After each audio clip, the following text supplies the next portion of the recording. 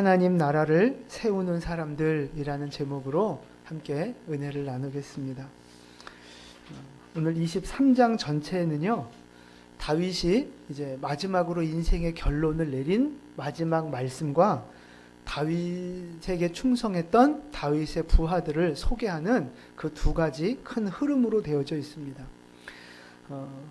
다윗이 보여주고자 하는 메시지, 다윗이라는 인물을 통해서 성경이 보여주고자 하는 메시지가 뭐냐 하면 예수님, 메시아가 어떤가를 보여주는 거예요. 다윗을 통해서. 그래서 다윗은 메시아를 보여주는 그런 인물입니다. 그러면 다윗이 이루어가는 이 다윗의 나라는 무엇을 보여주는 메시지일까요? 하나님의 나라를 보여주는 거예요. 하나님의 나라. 그래서 오늘 전체의 말씀은 다윗과 다윗의 부하들을 통해서 이 다윗의 나라가 세워져 가는데, 그것을 하나님의 나라를 어떤 사람들이 어떻게 세워가는가, 그 관점에서, 하나님의 나라라는 관점에서 말씀을 좀 살펴보려고 합니다. 하나님은 다윗을 어떤 사람으로 평가하고 계실까요? 하나님은 다윗을 어떤 사람이라고 인정하고 계실까요? 먼저 오늘 본문 3절 말씀을 한번 볼까요?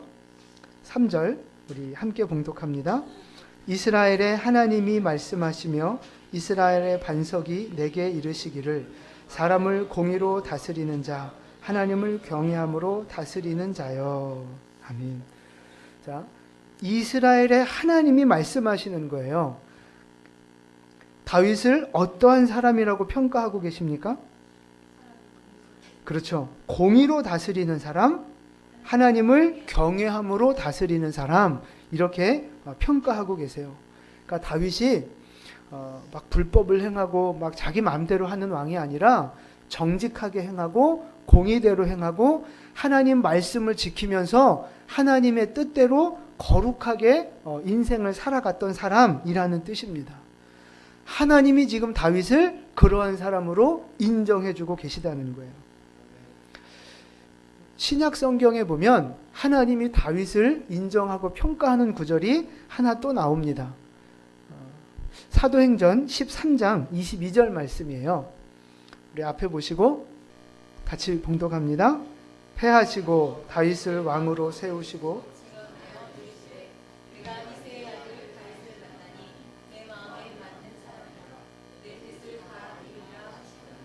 아멘.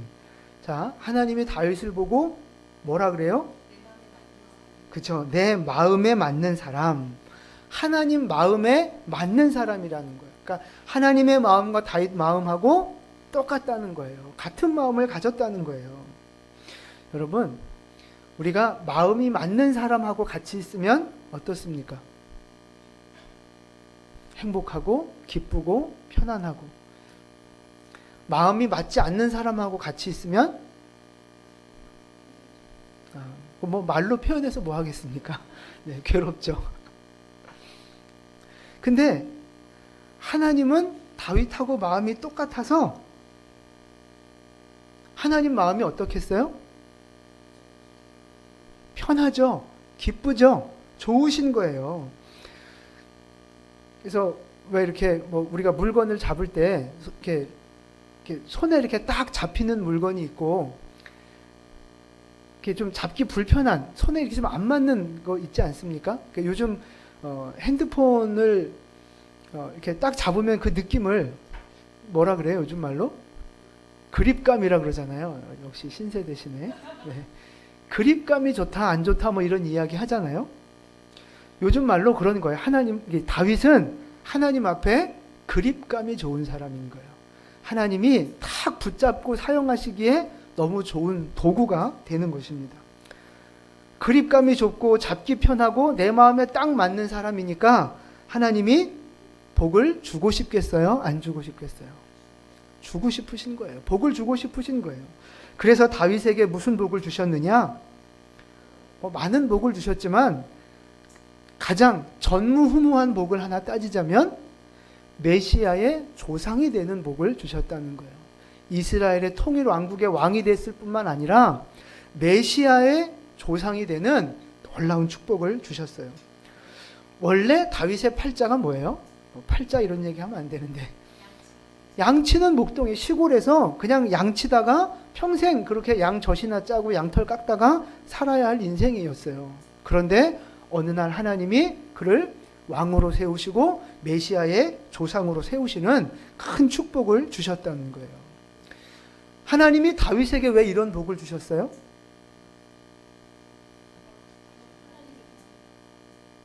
그렇죠. 우리가 지난주에 살펴봤던 말씀 기억나십니까? 22장 21절 말씀에 보면 다윗이 그런 고백을 했어요. 22장 21절 보시면 내 공의를 따라 상을 주시고 내 손에 깨끗함을 따라 갚으셨다는 거예요. 그러니까 다윗이 하나님 앞에 거룩하게 살아가고 믿음으로 살아가고 말씀대로 순종하며 살아가니까 하나님이 갚아주셨다는 거예요. 상을 주셨다는 거예요. 아까 읽었던 그 3절 말씀하고 똑같은 거죠. 하나님을 경외하는 모습으로 살아가니까 하나님이 상을 주셔서 복으로 갚아주셨다 하는 것입니다. 근데 다윗과 반대되는 인생도 있어요. 오늘 본문 보니까 6절 말씀 한번 보세요. 사악한 자가 나오는데 6절 말씀 같이 봉독합니다. 사악 자는 다 내버려질. 아멘. 자, 사악한 사람 뭐 같대요? 가시나무 같다는 거예요. 가시나무. 가시나무는 손으로 잡을 수 있어요, 없어요? 없어요. 잡으면 어떻게 돼요? 그죠? 아프죠. 찔리고 아프고 피나고. 보세요. 도구가 있으면 그걸 잡아야 쓸 수 있는 거예요. 근데 이게 가시가 잔뜩 박혀 있으면 잡을 수 없어요. 그러면 쓸 수 없는 거예요. 쓸 수 없으면 뭐해요, 이거? 버려야죠. 그래서 7절 말씀에 다 내버려서 다 내다 버리고 불 태운다는 말씀을 하시는 거예요. 손에 딱 잡히는 사람, 마음에 맞는 사람은 하나님이 쓰시지만 가시 같은 인생, 찌르는 인생은 하나님이 쓰실 수 없다는 거죠. 우리 사람도 마찬가지예요. 여러분, 우리가 뭔가 중요한 일을 한다고 생각을 해보세요. 근데 누군가 같이 일을 해야 되는데 어떤 사람을 데리고 일을 하겠습니까? 어떤 사람에게 그 중요한 일을 맡기시겠습니까? 그렇죠. 마음에 맞는 사람, 생각이 맞고 마음이 맞고 방향이 맞는 사람한테 중요한 일을 맡기지, 내 마음하고 안 맞는 사람, 나랑 생각이 완전 다른 사람한테 내 중요한 일을 맡길 수 없는 거예요. 근데 하나님도 마찬가지라는 거예요. 이 땅에 하나님의 나라를 세워 가셔야 하는 거예요. 생명을 살리고 하나님의 나라를 세워 가야 하는데 사람을 통해서 일하시잖아요. 어떤 사람을 통해서 하나님의 나라를 이루어 가시겠느냐 하는 거예요. 당연히 마음에 맞는 사람이죠. 하나님 마음에 맞는 사람, 하나님이 딱 붙잡고 쓰시기에 좋은 사람, 하나님이 말씀하시면 순종하는 사람, 하나님 입장에서 편한 사람한테 부탁을 하고 그 일을 맡기지 않겠느냐 하는 거예요. 네, 가시가 있는 사람, 까칠한 사람, 그러니까 뭐 대들고 핑계대고 원망하고 막 이런 사람들 있잖아요. 그런 사람은 하나님이 사용하시기가 불편한 거예요. 가시 같은 사람. 네, 여러분은 지금 하나님 앞에서 어떤 사람으로 살아가고 계십니까? 하나님이 말씀하시면 아멘하고 순종하시고 하나님의 기쁨이 되기 위해서 살아가는 그런 하나님 마음에 맞는 사람이십니까? 아니면 불평하고 반항하고 원망하고 핑계대는, 하나님을 향해서 이렇게 막 나쁜 말 쏟아내는 그런 가시와 같은 인생으로 살아가고 계십니까? 내 마음을 하나님께 맞추는 인생이십니까? 하나님을 나에게 맞추려고 끌어당기는 그런 믿음입니까? 아니, 내가 어떤 사람이냐 뭐 이것도 중요하지만 진짜 중요한 건 뭔지 아세요? 하나님이 나를 어떠한 사람으로 평가하시느냐, 그게 진짜 중요한 거예요. 나 스스로는 맞게 생각할 수도 있고 틀리게 생각할 수도 있어요. 근데 진짜 중요한 건 하나님은 나를 어떠한 사람으로 평가하시느냐, 다윗처럼 손에 붙잡기 편한 사람이냐, 아니면 가시나무처럼 붙잡기 불편한 사람이냐 하는 것입니다. 여러분, 간절히 바라기는 하나님 마음에 맞는 사람 되시기를 축복합니다. 하나님이 말씀하시면 순종하고, 하나님이 감동 주시면 그대로 실천할 수 있는 그런 하나님과 같은 생각을 가진 사람, 하나님과 같은 기준을 가진 사람, 그런 믿음의 사람 되시기를 주님의 이름으로 축원을 드립니다. 그런 사람이 다윗과 같은 복을 받게 되는 것입니다. 여러분, 어떻게 해야 하나님과 같은 마음, 하나님 마음에 맞는 사람이 될 수 있을까요? 3절 말씀에 하나님을 경외함으로 다스렸다 그랬잖아요. 하나님을 경외하는 마음으로 살아가는 거, 그게 바로 방법이에요. 그러니까 하나님을 경외한다는 말은 쉽게 풀면 그런 거예요. 하나님이 가장 우선되는 삶을 살아가는 거예요.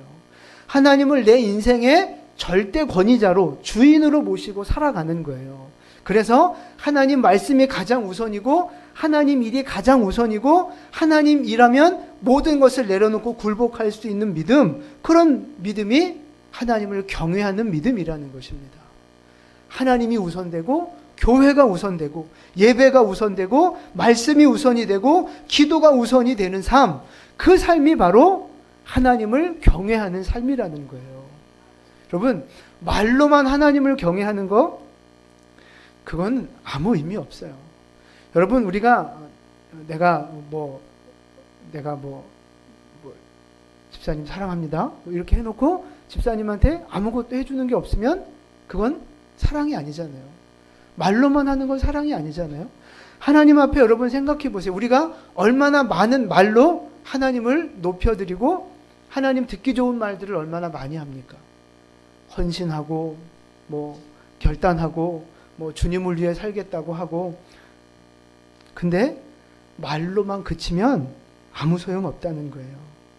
하나님을 경외하는 믿음은 그 말이, 그 고백이 우리의 육체의 순종이 되어지는 것, 그것이 진짜 하나님을 경외하는 삶이라고 하는 것입니다.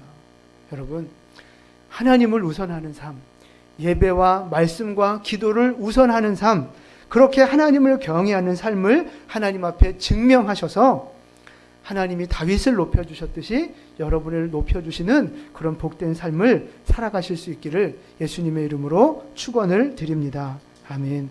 우리 옆에 있는 분에게 인사하세요. 말로만 하지 않겠습니다. 네.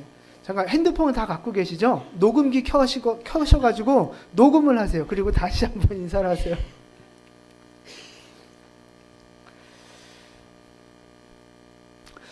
다윗은 하나님이 붙잡기 편한 사람이었다면, 이제 8절부터 나오는 말씀은 다윗이 붙잡기 편했던 사람들, 다윗의 부하들에 대한 말씀이 나오는 거예요.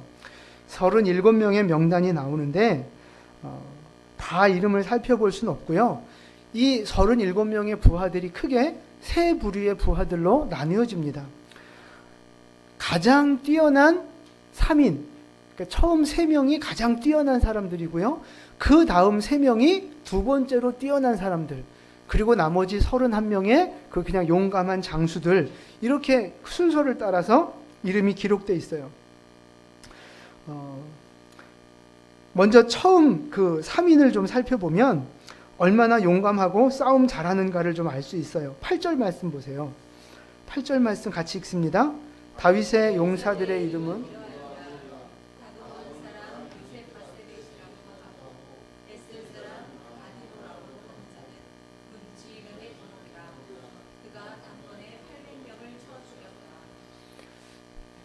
원래 말이 좀 어려우니까 중간에 틀렸다고 너무 이렇게 낙심하지 마시고 열심히 읽으시길 바래요. 자, 37명 중에 첫 위대한 3명이 있는데 그 중에서도 가장 손꼽는 사람, 요셉 바세벳이라는 사람입니다. 모든 지휘관의 두목인데 단번에 몇 명을 죽였어요? 800명을 죽였어요. 여러분, 도대체 싸움을 얼마나 잘하면 800명을 죽였을까요? 그 신들린 그 싸움꾼, 성경에 가장 신들린 싸움꾼이 누구였어요? 삼손이잖아요. 삼손도 당나귀 턱뼈로 한 번에 1000명을 죽였다고 기록했는데, 이 사람은 그렇게 머리 기른 사람도 아닌데 800명을 혼자 죽였어요. 그러니까 대단한 사람이에요. 그러니까 싸움의 신, 거의 삼손급의 그런 괴력을 지니고 싸움을 잘하는 그런 사람이었어요. 이런 사람들 서너 명만 데리고 있으면 세상이 무섭지 않을 것 같아요. 교회도 이렇게 일당 100, 일당 800, 일당 1000 하는 이런 성도들이 있으면 너무 좋을 것 같아요. 네.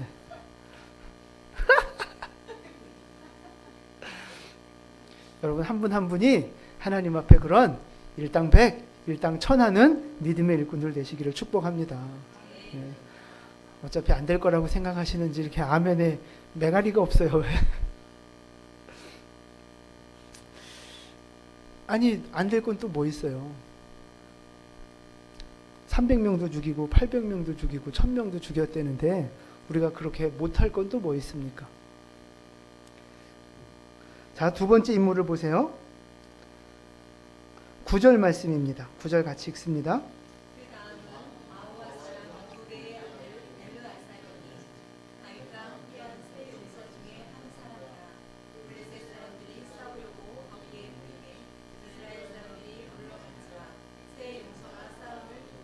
예.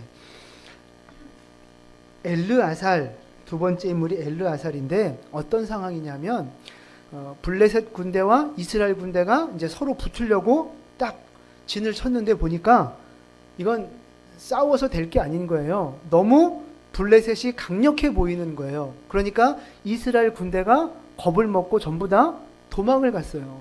여러분, 얼마나 저쪽이 세 보이면 군인들이 싸울 생각도 안 하고 도망갔겠어요. 그런데 그 강력한 그 블레셋 군대를 이 위대한 그 존귀한 3인, 요 3명이 막아선 거예요. 그리고 이 엘르아살이 앞장서서 나가서 혼자 다 해치운 거예요. 그 군대를. 숫자는 나와 있지 않지만 이스라엘 군대가 다 도망갈 만큼 강력한 그 군대를 엘르아살 혼자 다 이긴 거예요.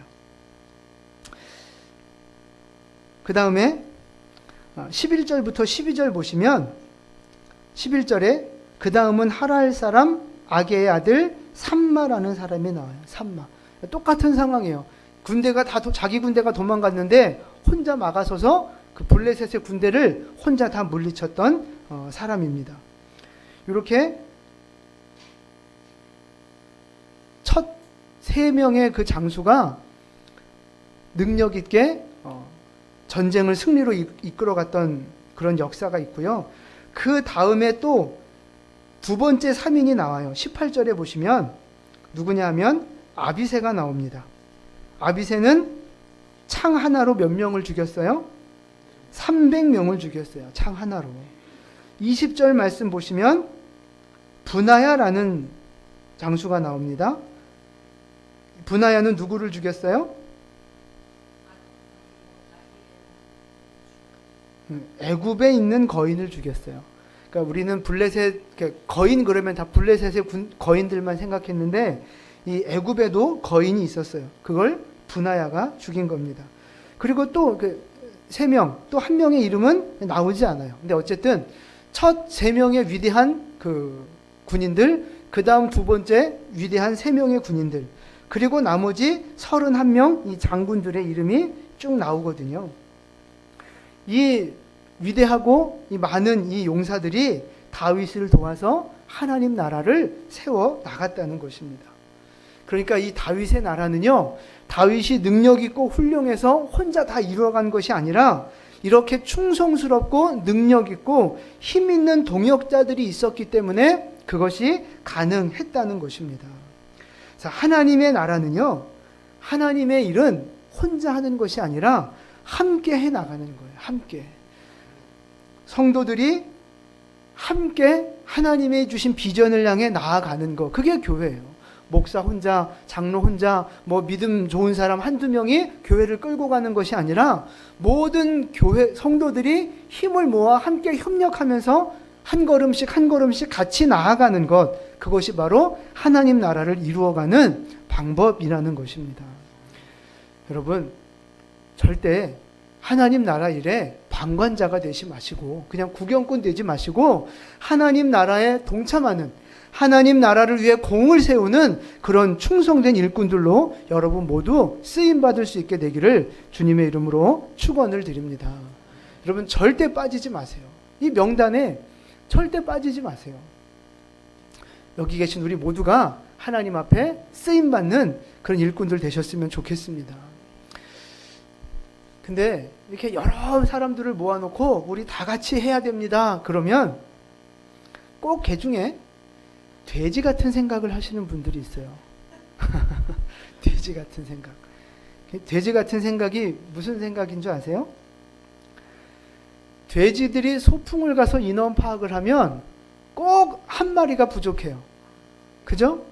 10마리가 소풍을 가서 숫자를 세보면 꼭 9마리야. 한 마리 어디 갔어요? 나를 빼놓고 쉬는 거예요. 그게 돼지의 그 계산법인데 자기는 꼭 빼놓고 세는 거예요. 근데 우리가 그렇다는 거예요. 하나님 나라를 위해 우리 같이 힘쓰고 함께 같이 동참해야 합니다. 그러면 아멘 하시죠. 아멘. 말은 아멘 하는데 생각은 그거예요. 나는 빼고 네가 열심히 해, 이런 거죠. 여러분, 그런 돼지 같은 생각이 있어요, 없어요? 밥만 많이 먹어서 돼지가 아니고 그런 생각을 하고 있는 게 돼지 같은 거예요. 나는 빼고 다 동참하세요, 이런 거예요. 나는 왜 빼요? 난 초신자니까 빠지고, 나는 믿음이 작으니까 빠지고, 나는 바쁘니까 빠지고, 나는 나이가 많으니까 빠지고, 나는 나이가 어리니까 빠지고, 나는 힘드니까 빠지고, 나는 피곤하니까 빠지고, 집사님은 나보다 나니까 집사님이 하고, 집사님은 나보다 안 바쁘니까 집사님이 하고, 나는 빼고 다른 사람들만 자꾸 밀어넣는단 말이에요. 그게 아니라는 거예요. 나를 빼시면 안 되는 거예요.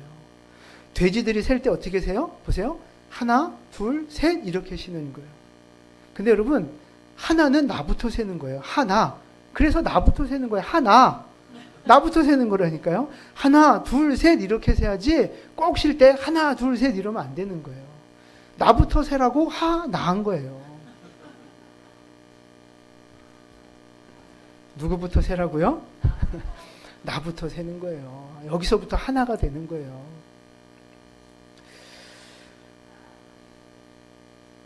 여러분, 우리는 한 번 사는 인생입니다. 우리 인생 다시 돌아오지 않아요. 여러분, 지금 이 말씀 잘 들으세요. 우리 인생은 다시 돌아오지 않습니다. 한 번 사는 인생이에요. 하나뿐인 인생, 한 번 사는 인생, 하루뿐인 오늘, 지나가면 다시 돌아오지 않는 오늘 이 시간을 하나님을 위해서 드린다면 그것만큼 귀하고 가치 있는 일이 어디에 있겠느냐 하는 거예요. 많은 것 중에 하나를 드리는 건 그렇게 어렵지 않을 수 있어요. 그러나 하나밖에 없는 것을 누군가에게 드린다는 건 정말 귀하고 가치 있는 거거든요. 여러분, 우리의 인생 한 번 사는 인생이잖아요. 두 번 살 수 없잖아요. 우리의 이 한 번뿐인 인생을 하나님을 위해서, 하나님의 나라를 위해서 드린다면 하나님이 그것을 얼마나 귀하고 가치 있게 받아 주시겠느냐 하는 것입니다. 여러분, 바라기는 한 번 사는 우리의 인생, 교회를 위해, 하나님의 나라를 위해 영혼을 살리는 일에 여러분 아낌없이 드리는 그런 헌신자의 삶을 살아갈 수 있기를 예수님의 이름으로 축원을 드립니다. 그것이 진짜 가치 있는 인생이에요. 뭐 사장을 하고 국회의원을 하고 장관을 하고 그게 가치 있는 인생이 아니라 하나님 앞에서는 다 필요 없어요. 하나님 나라를 위해 수고한 사람, 영혼을 살리는 데 수고한 사람, 하나님은 그 사람을 존귀한 사람으로 여겨주시는 줄 믿으시기를 바랍니다. 세상에서 높임받고 천국 가가지고 천국이나 가면 다행이지만 천국 가서 제일 말석에 앉으면 아쉽잖아요. 안타깝잖아요. 하나님 나라에서 큰 자, 하나님이 높여주시는 자, 우리 모두 될 수 있기를 축복합니다. 여러분, 이 오늘 37명의 부하들의 이름이 쭉 나오는데 다윗의 나라를 위해서 충성했던 이 장군들을 성경은 뭐라고 평가하는 줄 아십니까? 아까 다윗은 하나님이 평가하시기를 하나님을 경외하는 사람, 공의로 행하는 사람 이렇게 평가했는데 오늘 이 장군들은 어떻게 평가하느냐? 19절 말씀을 보세요. 오늘 본문 19절 말씀을 보시면 그는 세 사람 중에 가장 존귀한 자라고 표현하고 있어요. 존귀한 사람. 23절도 보세요. 30명보다 존귀하나. 다윗을 위해서 목숨을 걸고 싸웠던 이 군인들을 존귀한 사람이라고 표현하고 있어요. 그냥 힘센 사람, 그냥 싸움 잘하는 사람, 그냥 용맹한 사람 이게 아니고요. 존귀한 사람이라고 평가하고 있다는 거예요. 여러분, 사울의 부하 중에서 힘세고 용감하고 싸움 잘하는 사람 있었을까요? 없었을까요? 많았어요. 그런 사람만 보이면 사울이 데려다 썼거든요. 사울 밑에도 용감하고 싸움 잘하는 사람이 많았어요. 그런데 사울의 부하들을 향해서는 단 한 번도 그들을 향해 존귀하다고 표현하지 않았어요. 그러나 오늘 이 다윗의 부하들을 향해서는 존귀하다고 하나님이 평가하고 계시단 말이에요. 왜 그럴까요? 똑같이 싸움 잘하고 똑같이 용감하고 똑같이 힘이 센 사람들인데 왜 누구는 그냥 힘센 놈 이걸로 끝나고 누구는 존귀한 자라고 칭찬하시느냐 하는 거예요. 뭐가 다른 거예요? 누구를 위해서 싸우느냐 그게 다른 거예요. 어느 편에 서 있느냐에 따라서 존귀한 자가 될 수도 있고 그냥 힘만 센 놈 이렇게 될 수도 있는 거예요. 여러분 돈도 그렇잖아요. 그냥 돈이지만 어떻게 쓰느냐에 따라서 무가치한 돈이 될 수도 있고 정말 가치 있는 소중한 돈이 될 수도 있어요. 어디다 쓰는 게 무가치한 돈이에요?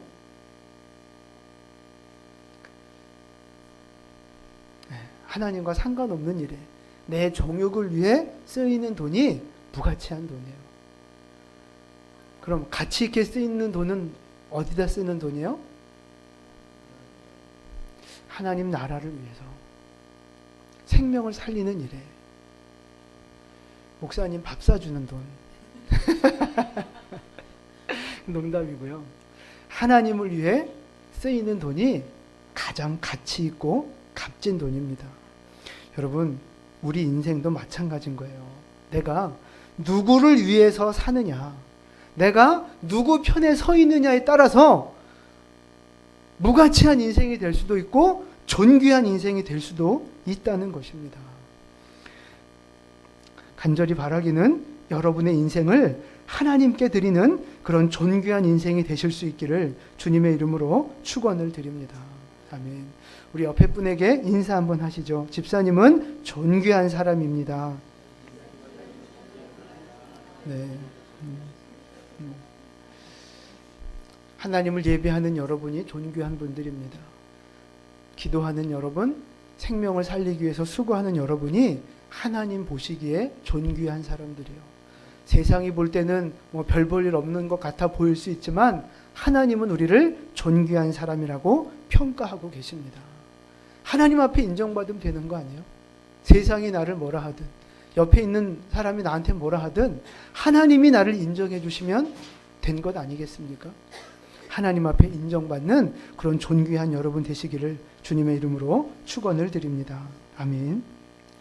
근데 오늘 이 37명의 명단을 쭉 보면서 나중에 이제 보시면 알겠지만 이름이 꼭 들어가야 하는데 빠진 사람이 있어요. 이 사람 정도면 여기 가장 1번의 이름이 기록돼야 될 텐데 이름이 아예 빠진 사람이 있어요. 누군지 혹시 찾으실 수 있겠어요? 맞아요. 요압이에요. 요압 장군이 빠졌어요. 요압은 다윗이 왕이 될 때 군대 장관을 지냈던 사람이에요. 총지휘관. 그리고 다윗이 고난당할 때부터 함께 따라다니면서 목숨 걸고 다윗을 지켜주고 다윗과 동고동락했던 그런 사람입니다. 얼마나 다윗에게 많은 도움을 줬는지 몰라요. 근데 그렇게 훌륭하고 큰 공을 세웠던 요압의 이름이 오늘 빠져 있는 거예요. 이 존귀한 명단에 요압의 이름이 빠져 있어요. 왜 빠졌을까? 두 가지 이유가 있는데요. 첫 번째는 요압이 끝까지 충성하지 않았다는 거예요. 이 다윗의 말년에 배신을 했어요. 그러니까 또 한 번 반역이 일어나거든요. 아도니아라고 하는 왕자가 또 반역을 일으키는데 그때 요압이 다윗을 버리고 이 아도니아에게 붙어버리는 거예요. 그래서 이름이 기록되지 않은 것 같습니다. 또 하나 이유가 있는데 요압은 충성하기는 했지만 자기 욕심으로 충성한 사람이라는 거예요. 자기 욕심에. 그래서 다윗이 뭔가 명령을 내려도 그 명령이 자기 생각에 맞으면 순종하고 자기 생각에 안 맞으면 불순종한 거예요. 어긴 거예요. 자기 마음대로 한 거예요. 그러니까 충성하는 것 같으면서도 다윗을 괴롭히고 힘들게 했던 사람. 도움이 되는 것 같으면서도 알고 보니 태클을 거는 인생. 그런 사람이 바로 요압과 같은 사람이었어요. 그래서 다윗은 요압이 당장 없으면 안 되니까 뭐 이렇게 같이 있기는 하지만 요압 때문에 많이 힘들어했던 힘든 그런 시간을 보냈어요. 사무엘하 3장 39절 말씀을 보세요. 사무엘하 3장 39절 같이 읽습니다. 내가 기름 부은 왕이 되었습니다.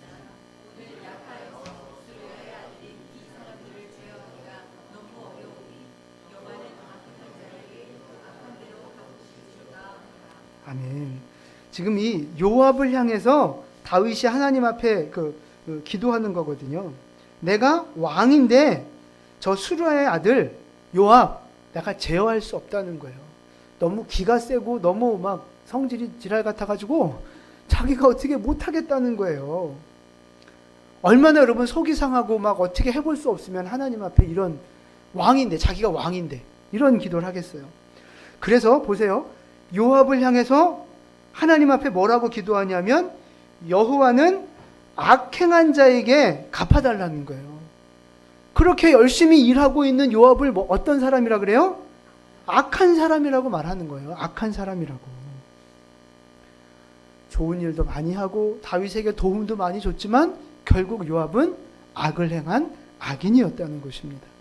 이런 이유 때문에 요압이 명단에서 이 존귀한 명단에서 빠진 거예요. 열심히 일하고도 인정받지 못한 사람 요압입니다. 열심히 일하고도 욕먹은 사람, 도와주고도 나중에 매맞은 사람, 그게 바로 요압이에요. 그러니까 오늘 6절 말씀의 비유를 빌리자면 요압이 바로 가시나무 같은 사람인 거예요. 가시나무 같은 사람. 온전히 순종하지 못하고 자꾸 다윗을 찌르는 거죠. 자기 주인 되는 다윗을 자꾸 찌르고 힘들게 하고 괴롭히는 거예요. 까칠하게 대들고 따지고 다윗에게 도움을 주는 것 같으면서도 불편하게 했던 사람. 근데 우리도 잘못하면 이 요압과 같은 모습으로 살 수 있다는 것입니다. 여러분, 우리의 믿음의 모습을 잘 생각해 보세요. 지금도 우리가 하나님을 이렇게 예배하고 있고 하나님을 위해 봉사하고 섬긴다고 이렇게 헌신하며 우리가 지금 살아가고 있지 않습니까? 근데 내가 지금 예배하고 하나님을 섬기는 이 믿음 생활이 하나님 은혜에 감사해서 하나님을 위해서 하는 신앙 생활이냐, 아니면 나 복받고 나 잘되고 싶어서 내 욕심으로 하는 신앙 생활이냐 점검해 보셔야 한다는 거예요. 순종하는 것 같고 헌신하는 것 같은데 기분 좋을 때는 하고 기분 나쁘면 안 하는 거예요. 나한테 유익하면 순종하고 나한테 손해되고 부담스러우면 거부하고, 그게 바로 요압의 모습인데 그 모습이 우리에게 있다는 거예요. 여러분, 이런 모습들이 우리에게 전혀 없다고 말하실 수 있겠어요? 요압의 이 모습이 오늘 우리에게 있는 거예요. 열심히 하는 것 같은데 하나님을 찌르고, 열심히 하는 것 같은데 옆 사람을 찌르면서 자기 욕심대로 자기 마음대로 하는 모습들이 있다는 거예요. 제가 우리 성도님들에게 카톡 보내드린 거 있잖아요. 그 이제 무당이었다가 회개하고 예수님 믿었던 사람들 이제 그 간증 모아놓은 걸 보내드렸는데 그 두 번째 혹시 다 들어보셨는지 모르겠어요. 꼭 들어보세요. 굉장히 유익합니다. 거기에 이제 박애녹이라고 하는 집사님, 박애녹 집사님의 간증이 있는데 지금은 목사님이 되셨어요. 이분은 엘리트 출신인데 신내림을 받았어요. 거부하다가 어쩔 수 없이 이제 신내림을 받고 반무당이 됐죠. 그랬다가 이제 극적으로 예수님을 믿고 이제 구원을 받았는데 이분은 예수님을 믿어야지 하고 결심한 날부터 철야 기도를 가시는 거예요. 철야 기도 가서 매일 밤 기도하고 성경을 통독하고, 그러니까 이분은 1년 예수 믿은 지 1년도 안 돼서 성경을 통독했다 그러더라고요. 봉사도 하고 전도도 하고 열심히 신앙생활을 하셨어요, 이분이. 근데 어느 날, 그러니까 이제 그 사람들이 막 칭찬하는 거예요. 저 사람 진짜 대단하다, 뭐 장로감이다 이러면서 막 칭찬을 했죠. 근데 어느 날 이분이 그 남태평양에 있는 섬에 선교를 갔다가 그 길거리 큰 바위에 이런 문구가 쓰여져 있는 걸 봤다는 거예요. 예수님은 당신을 위해 돌아가셨습니다. 당신은 예수님을 위해 무엇을 했습니까? 이 문구를 보고 마음에 확 충격을 받은 거예요. 예수님이 나를 위해 돌아가셨다는 사실, 아멘, 믿어요. 그런데 그러면 나는 예수님을 위해서 무엇을 하고 있는가? 이 말씀에 충격을 받은 거예요, 이분이. 그래서 자기가 지금까지 해온 신앙생활을 다시 돌아보게 됐다는 겁니다. 자기가 어떻게 예수 믿게 됐나 생각해 보니까 자기 몸에 귀신이 달라붙어 있어서 그 귀신 떼어내려고 예수 믿기 시작한 거예요. 내 가족 복받게 하려고, 내 가족 잘 되게 하려고, 나 편하자고, 나 잘 먹고 잘 살자고 예수를 믿은 것이지 하나님을 위해서 한 것이 아무것도 없다는 것을 깨달았다는 거예요, 이분이. 그래서 그 길로 영혼을 구원하는 일, 하나님이 기뻐하시는 일에 이분이 뛰어들게 됐다는 것입니다. 여러분, 질문 하나 드립니다. 예수님이 나를 위해 죽으시고 내 죄를 용서해 주셨다는 사실을 믿으십니까?